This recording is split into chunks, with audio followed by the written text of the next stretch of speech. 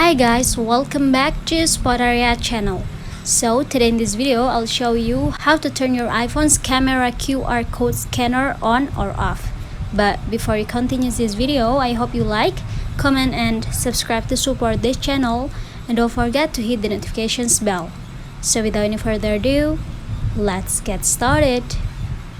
Firstly, open the setting app on your phone. And now you just have to scroll it down and choose camera. Here you are. I'm gonna open it right now. After that, here you will see scan QR codes option. Just tap the button next to scan QR code to enable it.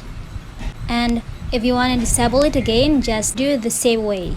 Tap on the button again. So yeah guys, I think that's it. Thanks for watching this video.